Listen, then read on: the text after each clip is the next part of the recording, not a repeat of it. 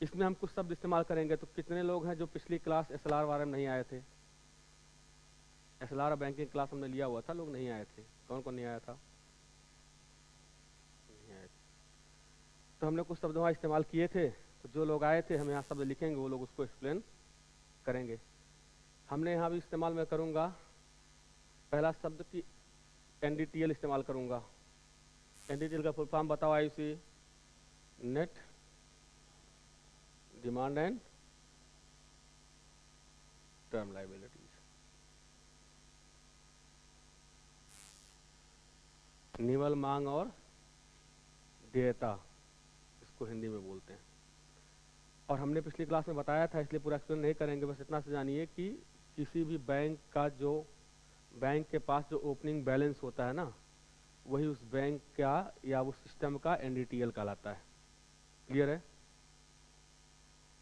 दिन की समाप्ति पे, पूरे वर्किंग टाइम के बाद दिन की समाप्ति पे बैंक के पास जो ताला लगाते समय जो पैसा बचता है ना, कि भैया इस पैसे को हम रख के लॉक कर रहे हैं, अब यही पैसा कल ओपनिंग के लिए हमारे पड़ा हुआ है, उसी को क्या बोलते हैं? एनडीटीएल। एग्जाम्पल से हमने समझाया था कि एनडीटीएल का मतलब ये है कि जैसे मान लीजिए शुभांशु घर से निकले, इनके पास 1000 रुपया था, पापा ने 1000 रुपया दे दिया, तो कुल कितने हो गए? 2000 रुपया। इनके पास 2000 रुपया सुबह 10 बजे था। फिर ये गए, कोचिंग गए, घूमे टहले, शाम को घर गए। शाम को घर गए तो इस पूरी प्रक्रिया में उन्होंने 500 रुपया खर्च कर दिया। क्या कर दिया? खर्च कर दिया। शाम को ये घर पहुंचे, इनसे पापा ने पूछा कि ठीक है तुम्हारे पास पैसा बचा है कल के लिए? तो उन्होंने कहा कि हाँ हमारे पास पैसा बचा हुआ है। आपने 1000 दिया था, 1000 हमारे पास था, 2000 कुल ये हो गया, 500 रुपया हमने खर्च कर दिया, ये 1500 रुपया बचा। तो ये जो 1500 रुपया बचा, यही 1500 रुपया इनका एनडीटीएल है। इसी 1500 रुपये से ये कल की ओपनिंग अपनी करेंगे। बैंकों के साथ भी यही सिस्टम होता है। बैंक दिन भर में कुल कितना पैसा जमा किए, कुल कितना पैसा उनसे निकल गया, टोटल बैलेंस देख करके जो बचता है वही क्या कहलाता है? एनडीटीएल। ठीक है, ये हमने आपको पिछली क्लास में बताया था। फिर हमने कुछ और बताया था इसके बाद कि डिमांड क्या होती, लायबिलिटीज क्या होती है और एसेट्स क्या होता है, भी हमने बताया था, अभी इसमें इस्तेमाल करूंगा मैं। तो एसेट्स का मतलब क्या होता है? संपत्ति। सिंपल सी वे में हम कहते हैं कि जिससे हम प्रॉफिट कमा सकें, जिससे हम प्रॉफिट कमा सकें, वो हमारे लिए एसेट्स है। कोई चीज़ आप प्रोडक्ट किए, प्रोडक्शन आपने किया, प्रोडक्शन करके आपने उसको अपने घर में रख लिया, तो एसेट्स आपका नहीं है। लेकिन अगर उस प्रोडक्शन से आप अपना रेवेन्यू जनरेट कर पा रहे हैं, प्रॉफिट कमा रहे हैं, तो उसको क्या बोलते हैं? एसेट्स या संपत्ति। तो एसेट्स में हमने एक देसी भाषा में भी आपको समझाया था कि जो मेरे पास है, जो मेरा है, जिसका मैं मालिक हूं, जिसको मैं किसी के साथ शेयर कर सकता हूं, जिसको मैं गिरवी रख सकता हूं, जिसको गिरवी रख करके मैं लोन उठा सकता हूं, ये सारी चीजें क्या कहलाएंगी? एसेट्स कहलाएंगी। ठीक। फिर हमने दूसरी बताई थी लायबिलिटीज क्या होती हैं आपको? देयता। लायबिलिटीज का मतलब होता है कि जिसके बदले आपको पैसा चुकाना पड़े, जिसके बदले आपको रेवेन्यू अपने जेब से निकालना पड़े। तो एसेट्स में क्या होता है? ये एसेट्स है, ये लायबिलिटीज है, और ये मान लीजिए मार्केट है। तो जो चीज आपको मार्केट से आपके जेब में पैसा इन करे वो एसेट्स। ठीक। और जो चीज आपके जेब से पैसा मार्केट में फ्लो करे वो लायबिलिटीज। क्लियर है? जो आपके जेब में पैसा डाले वो एसेट्स, जो आपके जेब से पैसा निकाले वो लायबिलिटीज। क्लियर है? तो लायबिलिटीज का मतलब क्या होता है कि जो मेरा नहीं है, जिसका मैं मालिक नहीं हूं, जिसकी मुझे उधारी चुकानी है, जो मेरे जेब से पैसा निकाल ले जाए, वो सारी चीजें लायबिलिटीज होती है। ठीक है, क्लियर इतनी बात? और हमने इसको एग्जांपल समझाया था कि जैसे मान लीजिए ये एसबीआई है और ये शुभांशु है, इन्होंने अपना 500 रुपया इनके पास जमा किया। 500 रुपया क्या किया? डिपॉजिट किया। तो ये जो 500 रुपया है ये किसका है? किसका है? भैया का नहीं। किसका है ये 500 रुपया? शुभांशु का। किसने लिया? तो एसबीआई का पैसा है ये? एसबीआई का है? नहीं है, एसबीआई ने लिया हुआ है कुछ समय के लिए, लेकिन ये पैसा है किसका? इसका मालिक कौन है? शुभांशु। तो ये किसका एसेट्स हुआ? शुभांशु का एसेट्स हुआ ना, लिया कौन है, चुकाना किसको है, तो लायबिलिटीज किसकी हुई, यही पैसा इनके लिए एसबीआई के लिए लायबिलिटीज हो गई। तो आपसे क्वेश्चन पूछा है प्री में कि एक कोई गुड्स और सर्विसेज है, वो क्या एक के लिए लायबिलिटी हो सकती है तो दूसरे के लिए वो एसेट्स हो सकती है। बिल्कुल क्लियर है ना आपके पास कि यही 500 रुपया इनके लिए एसेट्स है लेकिन इनके लिए लायबिलिटीज है। और यही उल्टा कर दो कि शुभांशु ने 500 रुपया लिया किससे, एसबीआई से, पैसा किसका है, एसबीआई का, लिया किसने, शुभांशु ने, एसेट्स किसका है, एसबीआई का, लायबिलिटी किसके लिए है, शुभांशु के लिए। तो आप इसको क्लियर रहिएगा कि जो चीज एसेट्स है वो लायबिलिटीज भी होती है, क्योंकि एसेट्स है तभी लायबिलिटी है, तो वो दोनों एक दूसरे के क्या है, पूरक हैं। आपको इस बात को ध्यान में रखना है कि नहीं कि नहीं एसेट्स होता है, लायबिलिटी होती है। एसेट्स पे ही लायबिलिटी डिपेंड है और लायबिलिटी पे ही एसेट्स डिपेंड है। क्लियर है। शॉर्ट में निपटाऊंगा, बाकी डिटेल में आप इन लोगों से पूछ लेना, हमें प्रिंट आउट दिया, जिसको नहीं मिला होगा सीमस ले लेगा जाके। फिर हमने क्या बताया था, एसएलआर बताया था ना,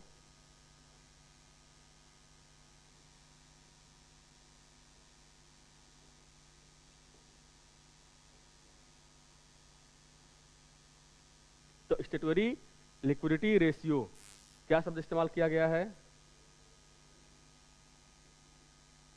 लिक्विडिटी का मतलब तरलता, तरलता का मतलब, तरलता का मतलब होता है कि किसी चीज को आप किसी दूसरे चीज में कितना कन्वर्ट कर सकते हैं। इकोनॉमी के सेक्टर में कहा जाता है कि कोई चीज अगर करेंसी में कन्वर्ट हो रही है तो उसको लिक्विडिटी कहेंगे।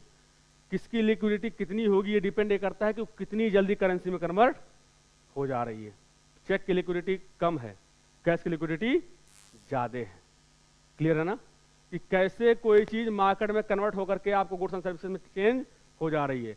तो जिसकी कन्वर्टेबिलिटी ज्यादा उसकी लिक्विडिटी ज्यादा। तो जेब में रखा हुआ कैश और जेब में रखा हुआ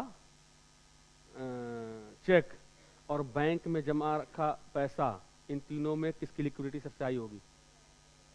तो लिक्विडिटी का मतलब समझ गए ना आप। सिंपल वहां कई बार क्वेश्चन घुमाते हैं तो आप सिंपल देखो कि यार इससे हम चेंज कर सकते हैं कि नहीं, पैसे में कर सकते हो तो ठीक है। एटीएम का बिना वो लेंगे तो एटीएम ठीक, बैंक में पैसा, एटीएम डालो और पैसा निकाल लो, ठीक।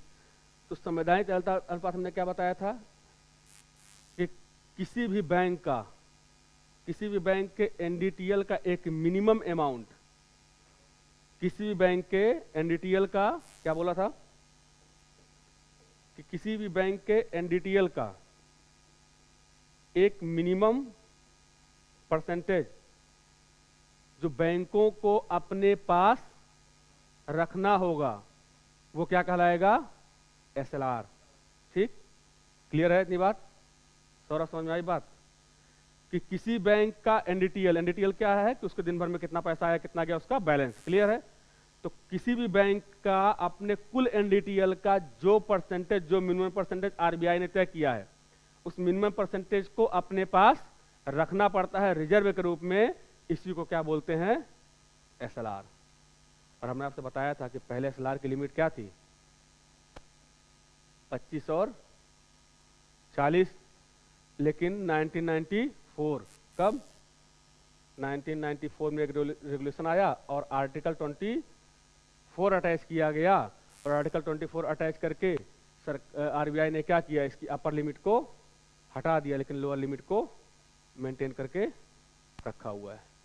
क्लियर है, इतनी बातें समझ गए आप।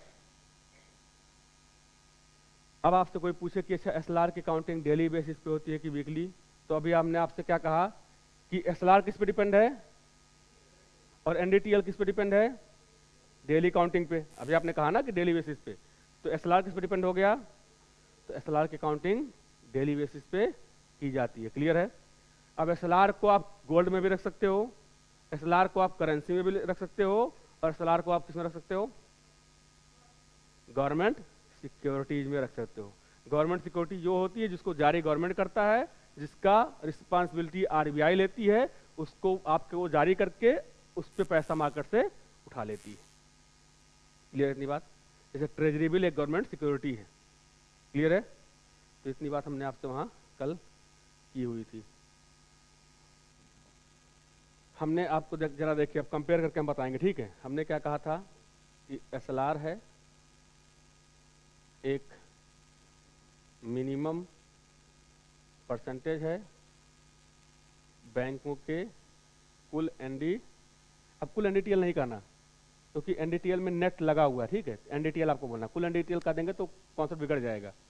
NDTL, ठीक है, बैंकों के NDTL का, जहां SLR क्या है, एक मिनिमम अमाउंट है किसका, NDTL का, किसी बैंक का, और इसको रिजर्व के रूप में रखना है। कहाँ रिजर्व के रूप में रखना, कहाँ रखना है, खुद बैंक के पास। बैंक खुद अपने पास रखेंगे, और किस रूप में रखेंगे, या तो वो कैश में रख सकते हैं करेंसी में, या तो वो गोल्ड में रख सकते हैं, या तो ये गवर्नमेंट सिक्योरिटीज में रख सकते हैं। इतनी बात आपने वहां किया था। CRR क्या है, तो आपने कहा ये कैश रिजर्व रेशियो है। क्या है, कैश रिजर्व रेशियो। तो ये भी क्या है, एक रेशियो है किसका, बैंक का। ये रेशियो किस बेस पे है, उसके NDTL का। तो बैंकों को अपने NDTL का कुछ रेशियो क्या करना पड़ता है, रिजर्व रखना पड़ता है। किसके पास, RBI के पास। और ये रिजर्व किस रूप में रखना है, किस रूप में रखना है, कैश के रूप में रखना है। क्लियर हो गया, डिफरेंस को समझ में आ रहा है। SLR, ये CRR, पहला फर्क क्या है कि स्टेचुअरी लिक्विडिटी रेशियो है, ठीक है ना, ये संवैधानिक तरलता अनुपात है। और ये क्या है, कैश रिजर्व रेशियो है, ठीक है। दोनों रिजर्व हैं, दोनों मिनिमम अमाउंट पे होंगे, दोनों NDTL पे होंगे। फर्क क्या है कि ये बैंक अपने खुद के पास रखेगा, ये RBI के पास रखना होता है। यहाँ वो कैश, गोल्ड और गवर्नमेंट सिक्योरिटीज में रख सकते हैं, यहाँ सिर्फ कैश में उनको रखना पड़ता है। तो आपने कहा था कि सर SLR है, ये NDTL पे होता है, और NDTL डेली बेसिस पे काउंट होता है। तो आपने कहा SLR भी डेली बेसिस पे काउंट होता है, ठीक। इसी तरह आपने कहा CRR है, CRR भी किस पे काउंट होता है, NDTL पे काउंट होता है। NDTL डेली बेसिस पे काउंट होता है, तो CRR किस पे काउंट होगा, डेली बेसिस पे काउंट होगा। क्लियर है, ठीक।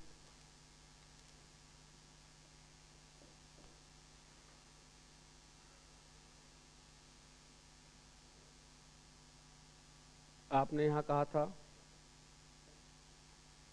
पेज ही चेंज कर लेता हूं।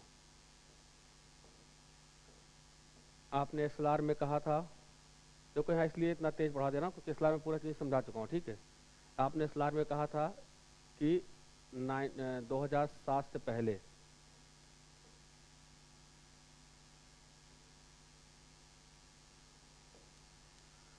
आपने SLR में कहा था कि 2007 से पहले इसकी लिमिट थी, एक मिनिमम लिमिट थी, एक मैक्सिमम लिमिट। मिनिमम कितनी थी 25, मैक्सिमम कितनी थी 40। लेकिन 2007 में अमेंडमेंट किया गया। क्या किया गया, अमेंडमेंट। कौन से, बैंकिंग रेगुलेशन एक्ट 1994 में अमेंडमेंट किया गया। किसमें, 1994 बैंकिंग रेगुलेशन एक्ट 1994 में अमेंडमेंट किया गया। और अमेंडमेंट करके सेक्शन 24 में अमेंडमेंट किया गया। और सेक्शन 24 में अमेंडमेंट करके क्या किया गया कि आपने कहा कि 2007 से पहले उसकी मिनिमम लिमिट ये थी, मैक्सिमम लिमिट ये थी। 2007 में अमेंडमेंट किया गया, किसमें, बैंकिंग रेगुलेशन एक्ट 1994 में अमेंडमेंट किया गया। अमेंडमेंट किया गया उसके किस आर्टिकल में, सेक्शन 24 में। और अमेंडमेंट के ये अमेंडमेंट करके ये कहा गया कि इसकी मिनिमम लिमिट क्या कर दी गई, हटा दी गई। और मैक्सिमम लिमिट आज भी कितनी है, 40। इसका मतलब सरकार के पास अथॉरिटी है कि सरकार SLR को 0 to 40 के बीच में रख सकती है। सरकार नहीं, RBI 0 से 40 के बीच में रख सकती है। तो करंट में कितना है आप देख लेना, ठीक। इसी तरह CRR में आइए। CRR में भी 2007 के पहले दो लिमिट थी। कौन कौन सी, एक 3% की लिमिट थी जो मिनिमम लिमिट थी और एक 15% की क्या थी, मैक्सिमम लिमिट। ठीक, लेकिन 2007 में अमेंडमेंट किया गया, और अमेंडमेंट किसमें किया गया, इसी बैंकिंग रेगुलेशन एक्ट 1994 के सेक्शन 42, याद रखिएगा, यहाँ 24 है, वहाँ 42 में अमेंड किया गया, और अमेंडमेंट करके कहा गया there is no maximum and minimum limit. Maximum and minimum दोनों लिमिट को क्या कर दिया गया, हटा दिया गया। क्लियर है? तो अब गवर्नमेंट के पास, आरबीआई के पास अथॉरिटी है कि इसको 0 to 100 कर सकती है। ठीक, तो कंपैरेटिव स्टडी भी हमने आपको करवा दिया साथ साथ। ठीक है, क्लियर इतनी बात? तो 0 to, अब आपको है कितना, इस समय देख लेना शायद 4% के आसपास होगा। ठीक है, ये आप देख लीजिएगा। हमने फिर आपको तीसरा सेक्शन बात किया था कि एसएलआर और लिक्विडिटी का रेशियो।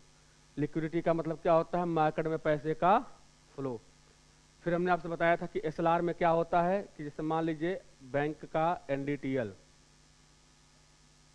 दो तरीके समझाया था हमने कि मान लीजिए 1 दिसंबर को बैंक का कुल एनडीटीएल कितना हो गया, 100 रुपया, और 1 दिसंबर को आरबीआई ने कहा कि हम एसएलआर रखेंगे कितना, 23%। कितना रखेंगे, 23%।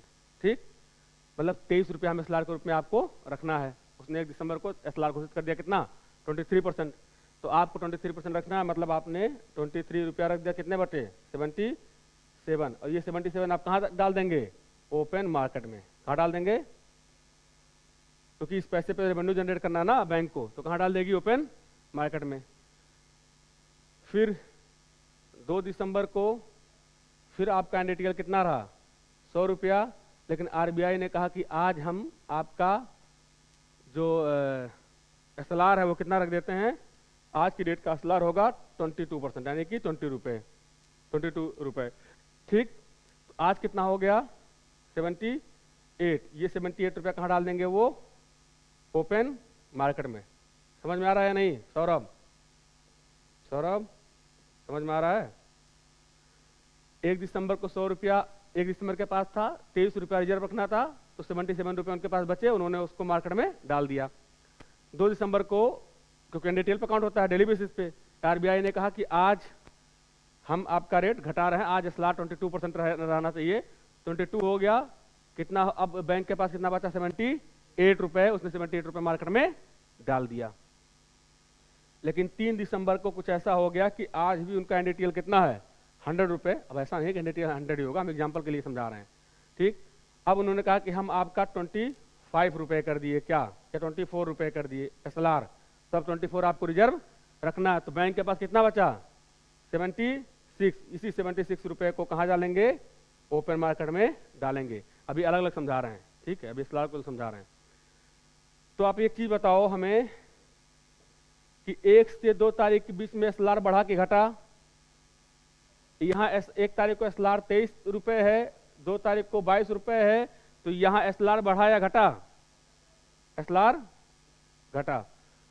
1 तारीख को 77 रुपये मार्केट में जाने थे, 2 तारीख को 78 गए, रुपया बढ़ाया घटा, बढ़ाया घटा, 1 रुपया बढ़ गया। कितना बढ़ गया, 1 रुपया। और 1 रुपया एक्स्ट्रा गया मार्केट में ना, और रुपये का जाना ही लिक्विडिटी कहलाती है। तो मार्केट में लिक्विडिटी बढ़ी या घटी, बढ़ी ना, तो लिक्विडिटी बढ़ गई। तो 1 से 2 के बीच में जब एसएलआर बढ़ रहा है तो लिक्विडिटी क्या हो रही है, एसएलआर घट रहा है तो लिक्विडिटी बढ़ रही है। क्लियर हो गई इतनी बात,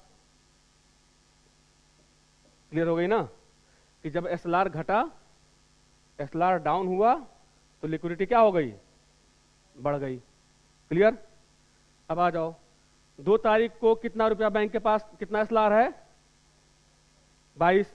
3 तारीख को एसएलआर कितना हो जा रहा है, एसएलआर बढ़ रहा है घट रहा है, एसएलआर बढ़ रहा है ना, एसएलआर बढ़ गया ना। 2 तारीख को कितना रुपया उसके पास है, 78। 3 तारीख को कितना हो गया, 76। 2 रुपया कम हो गया मार्केट में ना। तो मार्केट में पैसे का फ्लो घटा या बढ़ा, घट गया ना। यानी कि जब एसएलआर बढ़ जाएगा तो लिक्विडिटी कम हो जाएगी। क्लियर इतनी बात?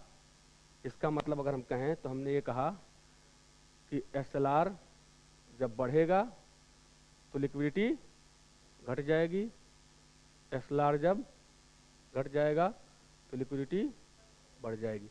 इसका मतलब हमने कहा कि liquidity is inversely proportional to SLR। Clear है? इतनी समझ गए? ये SLR का था। अब CRR पे आते हैं।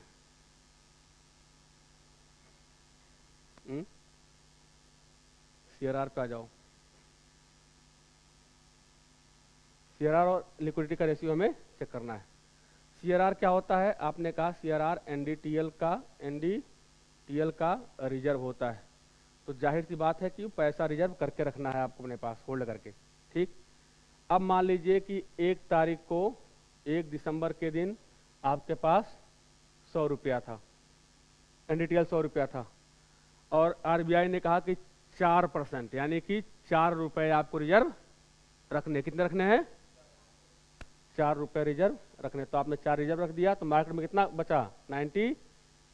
यही 96 कहाँ चला जाएगा? मार्केट में चला जाएगा, ओपन मार्केट में।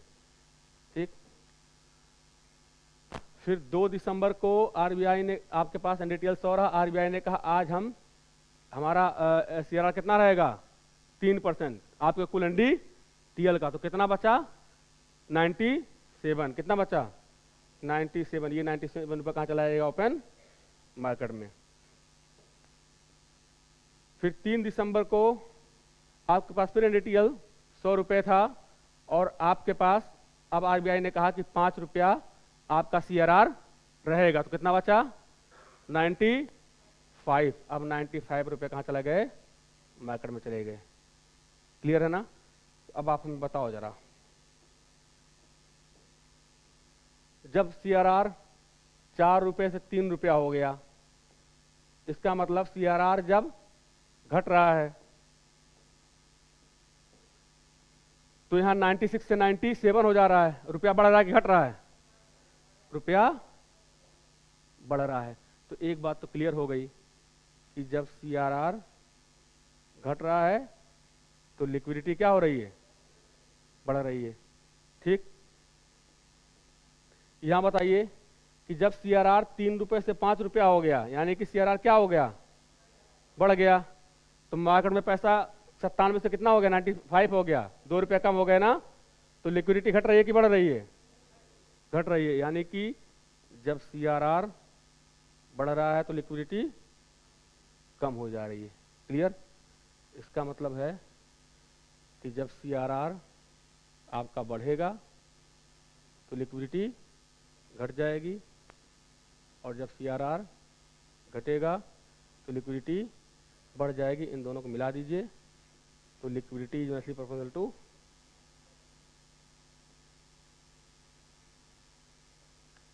क्लियर है?